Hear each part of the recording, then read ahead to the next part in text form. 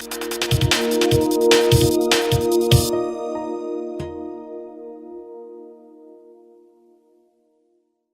Angeles. I'm happy to be here. So thanks for everybody for coming. As a side note, what's really interesting, I realized as I was sitting here, is that when I first started my first company, LowerMyBills, or I should say my first successful company, I'd started a couple of companies before that were not successful, is that we didn't have events like this. There really was there was very little networking back in 1999 when I started LowerMyBills. And so there were just so many things I didn't learn that events like this and others really provide, I think, a ton of context to make good decisions as an entrepreneur and as a way to think about how do you achieve success in a new business. So what I've done tonight is I have about a 9-page PowerPoint that is sharing some lessons that I think I've learned, primarily as an entrepreneur, but a little bit as an investor. As Ezra sort of alluded to, since I sold LowerMyBills, I've been fairly active in investing in different companies. I'm on the board, and I've invested a lot of money in Machinima. I'm an investor in ShoeDazzle. I invested early in Demand Media. I invested in Hotlook, which sold to Nordstrom earlier last year, and probably about 25 other companies, most of which are here in Los Angeles. So I will move on to my PowerPoint here, is that on this first slide, what you see is what I think winning is, and it's really what I talk about a lot in the companies that I've started, especially within LowerMyBills, and what I talk a lot about with the companies I've invested in is, hey, what is winning? And certainly that's the thing I'm after. My view is, hey, winning is timing, skill, luck, and focused hard work. It's combinations of all of those things.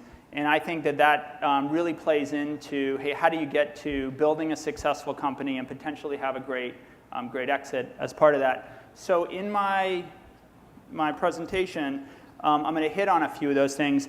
But one of the things that I'll hit first is that when I talk about timing, what I really mean is finding a rising tide, right?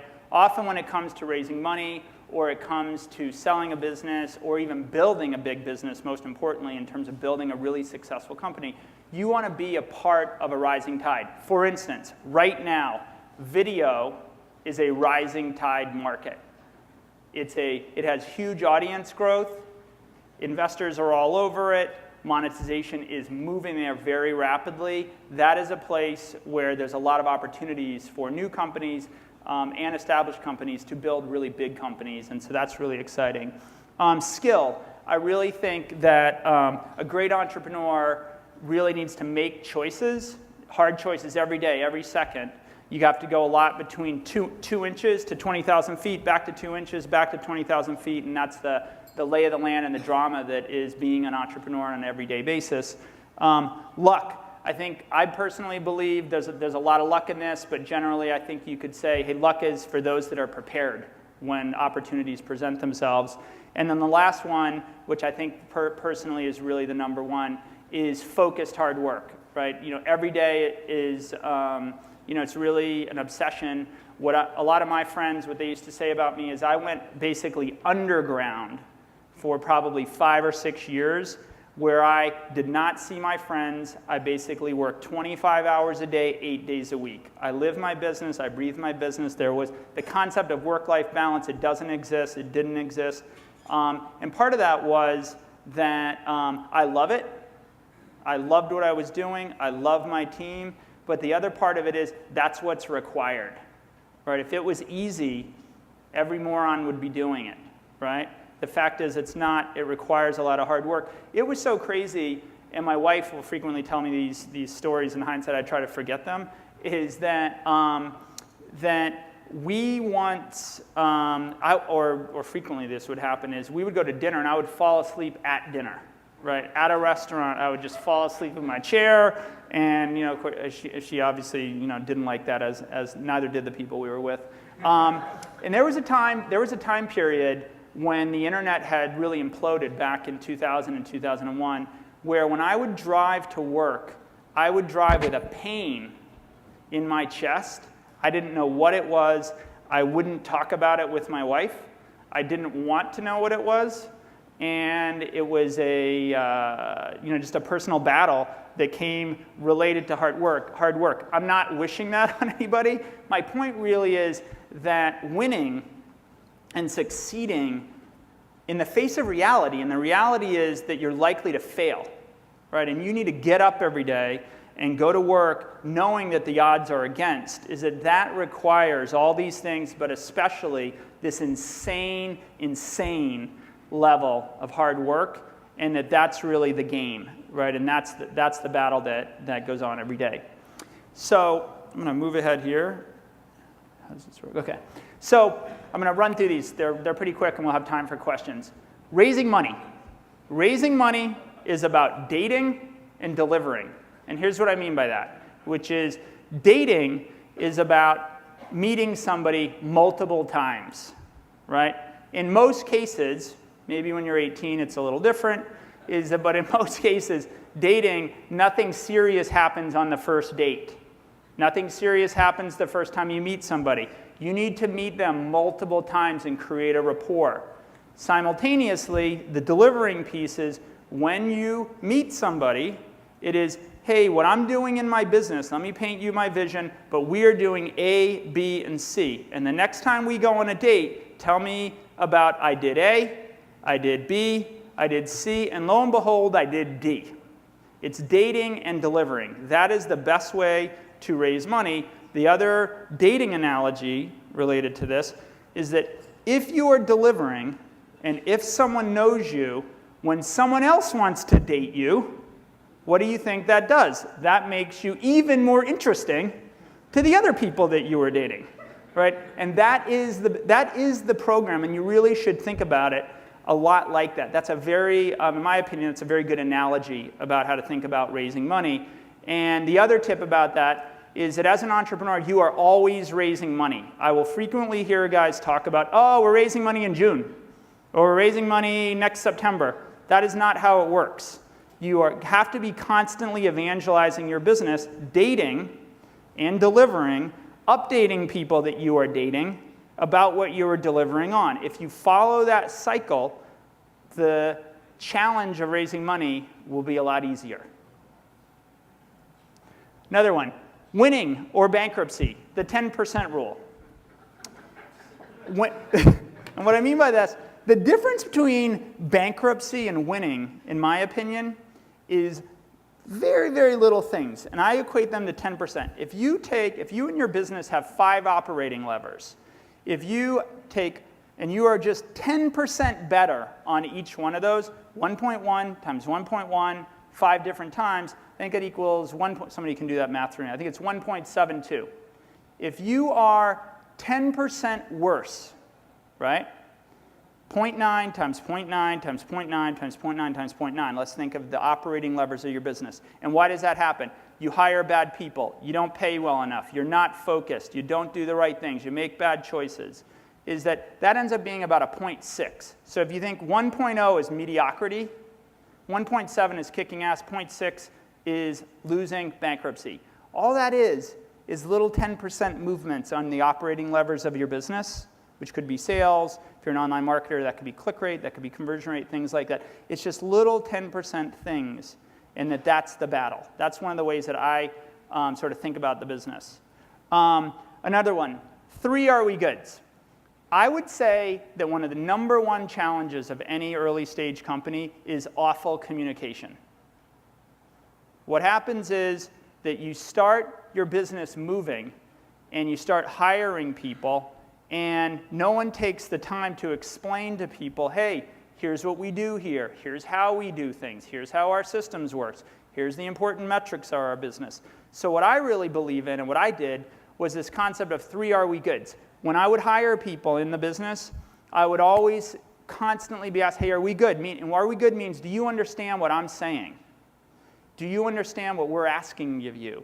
Do you understand how to use that system, right? But give people the benefit of the doubt to realize that when you're hiring one person or lots of people, it's your job as the entrepreneur or the management team or the CEO of the business to make sure people are good and understand what you're doing at this company and what's expected of them and how to interact at that company and be successful. And you need to be maniacal about that.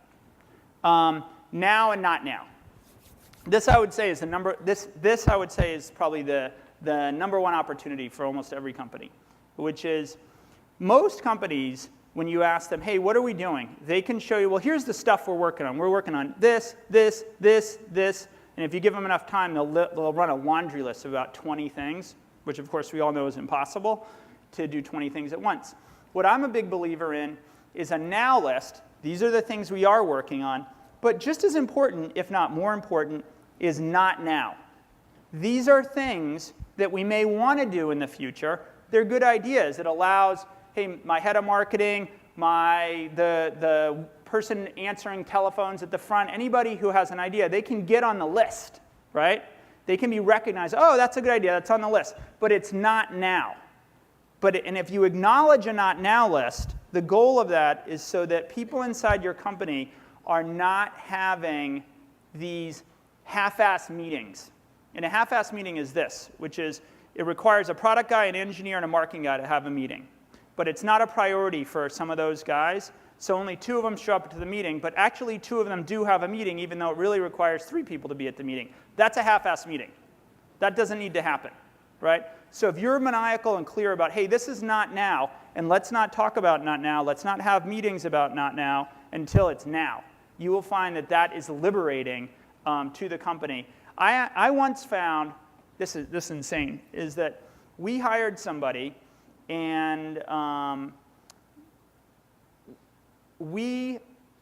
it took us 3 Are We Goods, that's my earlier slide, and 30 days later to realize that somebody had been working on something that was on the not now list, but it was a report that we'd said we didn't want to do, but if they'd asked somebody a simple question, that somebody else could have showed them, oh, if you did this and did that, you can get that report in 5 minutes. 30 days later, this new employee had still not gotten that thing done.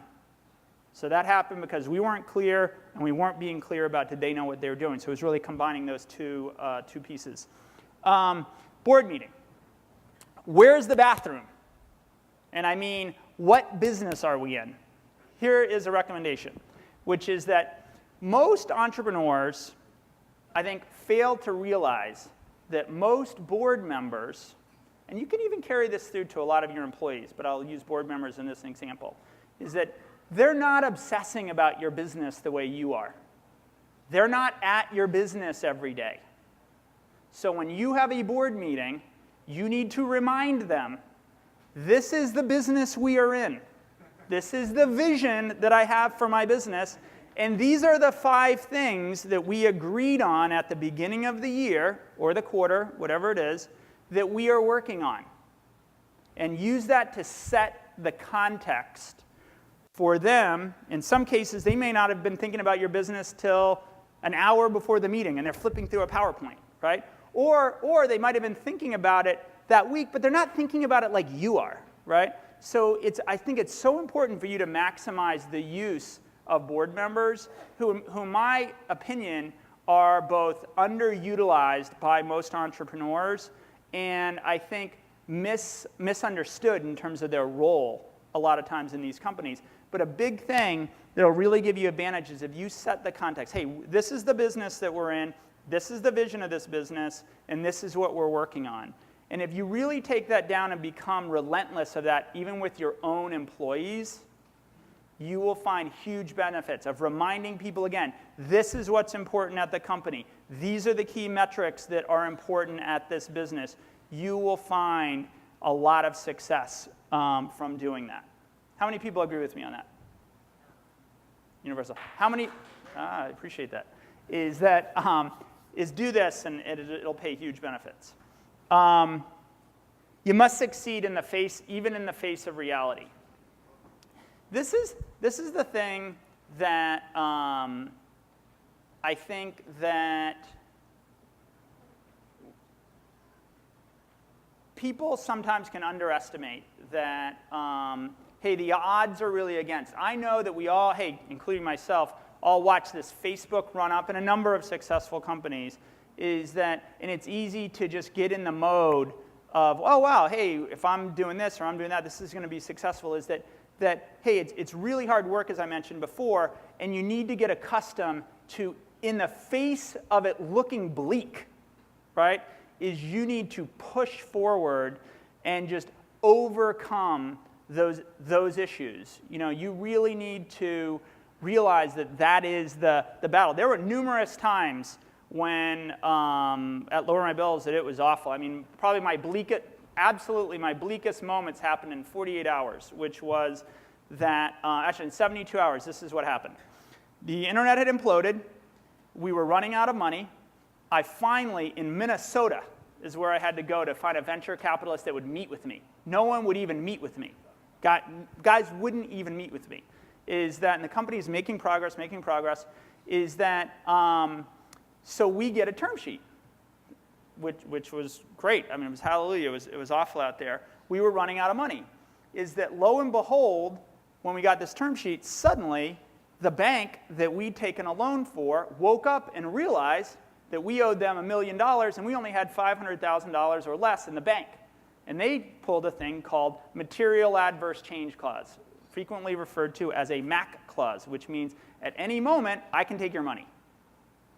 So they said, whoa, hold on a second, we want our money.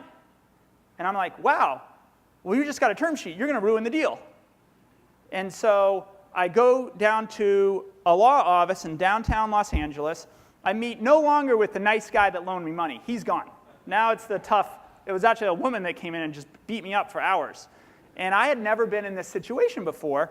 And it was bleak. And I called up one of our investors, and I was whining. Oh, you got to help me. I don't know what to do. I've never dealt with this situation. And I'm whining. He says, Matt, they only want one thing. They want more warrant coverage. They're not going to take the company. The employees have the rights to the capital first. Give them more warrant coverage. I'm like, oh, got it. I walk back into the meeting. I wait for 2 minutes, and I go, hey, you know, give me a stay of execution of 3 weeks, and I'll give you more warrant coverage. Boom, done. I walk out of the meeting. I'm like, oh, wow, that was easy, but after 9 hours of drama and stress, that was bleak. I then get back, and I'm like, great, okay, we're going to close this. We're going to try and close this round. And then it turned out my earlier investors were out of money. So that made the other investor not want to invest because he's like, well, they know the company better than I do. I want pro rata, blah, blah, blah. We go through all that drama. So all of that stuff was just awful, time after time after time. And so even though it was looking bleak, you just kept pushing and kept pushing and kept pushing and kept pushing. And that's the life of the entrepreneur. There were days that I would come home, even years later when we were jamming as a business, and I would tell my wife, hey, we're going out of business. And the next day I would tell her it's the biggest day ever in the history of the company. That's the life. It's crazy. It is absolutely crazy. More than one revenue stream generally equals failed models. So here's my thing on this. Lots of guys will come, and so now as a investor, I'll hear lots of pitches, and even back then when we were developing the business of LowerMyBills or any of the companies I've been a board member, is that people will frequently get enamored around the concept of, we have 2-3 revenue streams. This thing is amazing. Generally what that means, is that what you have are failed revenue streams that you didn't have the guts to kill. So you keep them around, and what they end up doing is contributing 5% of revenue and requiring 20% of time. That's stupid. That makes no sense. So if you have things like that, kill them, right? And this highlights one of the biggest challenges, I think, for any company, and it's so vital for an early stage company to be doing this, which is to be committed to stop doing stuff that's not working. When things are not working, get reality with yourself and stop doing that. And stop doing that means stop. It doesn't mean, oh, we had 10 guys on it, now we have 2. It means 0. Right? Go to 0, get out of that business, stop doing it, because your most valuable thing as an early stage company is your time. right, is there's only so much time in the day, and there's literally only so many brain cells that you can focus on big problems. So if you can laser focus on something, obsess about it, be great at that, make your product great, make your customers happy, that's the way to make the most money and to make the greatest business. And if you think it's not working, hey, it isn't. So this also applies to people, which is that so often, or I'll tell you a great story related to this. So, and this relates to the CEO of Machinima, Alan Debova. We had this issue. So Alan was on my board, and I had a guy working for me that it was clearly not going well. And I was a first-time CEO, and I was doing things, bringing in CEO coaches and team coaches, and this was it was crazy in hindsight. Is that I really wanted to make this work, and I was really thinking, hey, you know, maybe the problem's me. You know, I'm making bad decisions, or this, that, or the other thing. And so I didn't make a decision of getting rid of this person, and I kept putting it off, putting it off, putting it off. And I had said to Alan, I said, hey, you know, I read this story and about at Amazon, they have all this turnover, and everybody hates Jeff Bezos because of this, and blah, blah, blah. And he's like, no, Matt, that's not the issue. The issue is they're really great at understanding when it's not working and understanding when people have sort of hit their limit at the company. And hey, they were great from 0 to 10 million, or from 10 to 100, or 100 to a billion to 5 billion, and so on. But you need different people at those different stages. And then he said to me, and this really woke me up, he said, Matt, if you don't fire that guy, and you put off making that decision for too long, the person getting fired is you. That's what he said to me. Now, and you know, that caught me pausing, like, wow, that would be horrible, right? And it really, and it kind of, the point of this is it woke me up, and I walked in the next day, and I'm like, hey, we got to meet, you know, you got to go. This is not working. But this relates to the last part of it. If you think it's not working, it isn't and, which is everybody else in the company knew that it wasn't working. So when you think it's not working with one of your employees, it's not working, and generally it stopped working 90 days ago, and the rest of the company knows it stopped working. And if you are the entrepreneur or CEO, everybody eventually starts looking at you and wondering why you are incompetent and not getting on it. Because what you're doing is putting the company at risk, you're putting their hard work at risk, you're creating their lives to be more difficult because you're not dealing with that problem. It's really something, if you think it's not working, it isn't. One more thing, so I'm just stealing this from Steve Jobs, which is, and I shared this with a friend the other day who's thinking about selling his business, is that there's a very famous quote from J.P. Morgan.